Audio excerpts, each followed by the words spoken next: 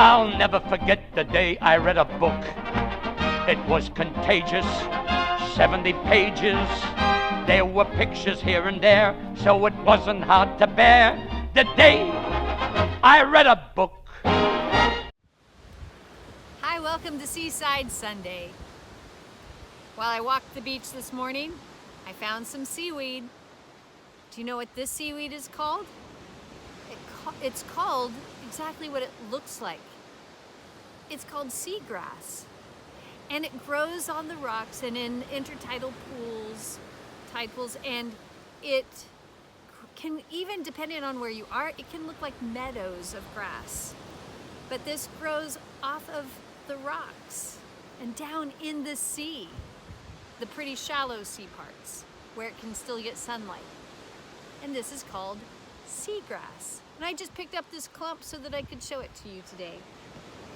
And it's a little bit slimy, like seaweed gets. So I wanted to show you my treasure today that I found on the beach. And then I want to read to you this book, Prairie Chicken Little, Jackie Mims Hopkins, illustrated by Henry Cole. Out on the grasslands where bison roam, Mary McBlicken, the prairie chicken, was scratching for her breakfast when all of a sudden she heard a rumbling and a grumbling and a tumbling. "Oh no," she exclaimed. "A stampede's a-comin'! I need to hightail it back to the ranch to tell Cowboy Stan and Red Dog Dan. They'll know what to do." So Mary ran, lickety-splickety, as fast as her little prairie chicken legs could carry her. On her way to the ranch, Mary came upon Jeffrey Snog, the prairie dog, who was soaking up some sunshine. "Good morning to you," barked Jeffrey. "No time for good mornings," warned Mary. "A stampede's a-comin'." "How do you know that this is so?" asked Jeffrey. "I heard a rumbling and a grumbling and a tumbling." "I did," said Mary. "A stampede is coming, yes indeed," said Jeffrey. "Come with me to tell Cowboy Stan and Red Dog Dan," hollered Mary. "Let's hit the trail," barked Jeffrey, and away the pair ran, lickety-splickety, toward the ranch. Soon they met Bo Grabbit, the jackrabbit, who was nibbling on some sweet grass. "Where are you two going in such a hurry?" he asked. "A stampede's a-comin'," said Mary. "We're heading to the ranch to tell Cowboy Stan and Red Dog Dan." "How do you know that this is so?" "I heard a rumbling and a grumbling and a tumbling." "I did," said Mary. "A stampede, yes indeed," said Bo. "Come with us to tell Cowboy Stan and Red Dog Dan." "Let's hop to it," said Bo. And they lit off across the prairie, lickety-splickety, toward the ranch. Before long, the trio came across June Spark the meadowlark, who was building her nest in the tall prairie grass. "What's going on?" asked June. "A stampede's a-comin'," said the trio. "How do you know that this is so?" asked June. "I heard a rumbling and a grumbling and a tumbling." "I did," said Mary. "A stampede, yes indeed," said June. "Come, let us go tell Cowboy Stan and Red Dog Dan," hollered Mary. "What are we waiting for?" chirped June, and away they all flew, lickety-splickety, toward the ranch.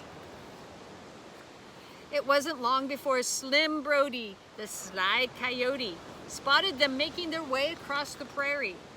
"Well, hello there, my fine feathered and furry friends. What's the big rush?" "A stampede's a-comin'. We're headed to the ranch to tell Cowboy Stan and Red Dog Dan," said Mary.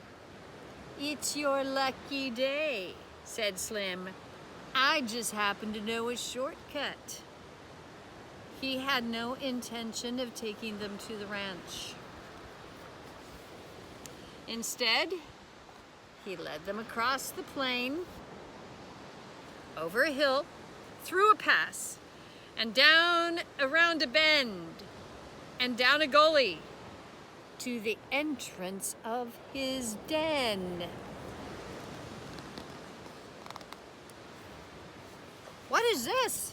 squawked Mary. "This," snarled Slim, "is the passage to the shortcut." He flashed a toothy smile and closed in on Mary McBlicken and the others. The fine feathered and furry friends all started clucking and barking and thumping and chirping as loud as they could.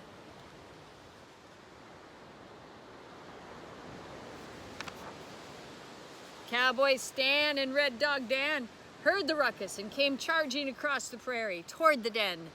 Dan made a beeline for Slim, Brody, and chased the coyote, lickety, splickety, far, far away. "What's going on?" asked Stan. "A stampede's a-comin'," cried Mary. "How do you know that this is so?" But before Mary could open her beak to speak, everyone heard a rumbling and a grumbling and a tumbling. Yes, indeed. "Why, that's not a stampede," said Stan. "That's your stomach. There's only one way to head off a rumbling and a grumbling and a tumbling stomach.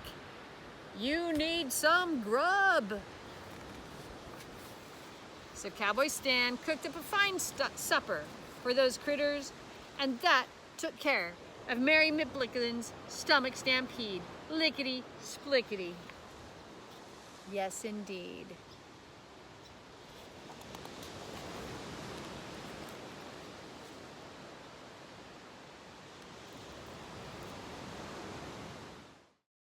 One day I read a book, I can't remember when, but one of these days I'm gonna do it again, yes sir. One of these days I'm gonna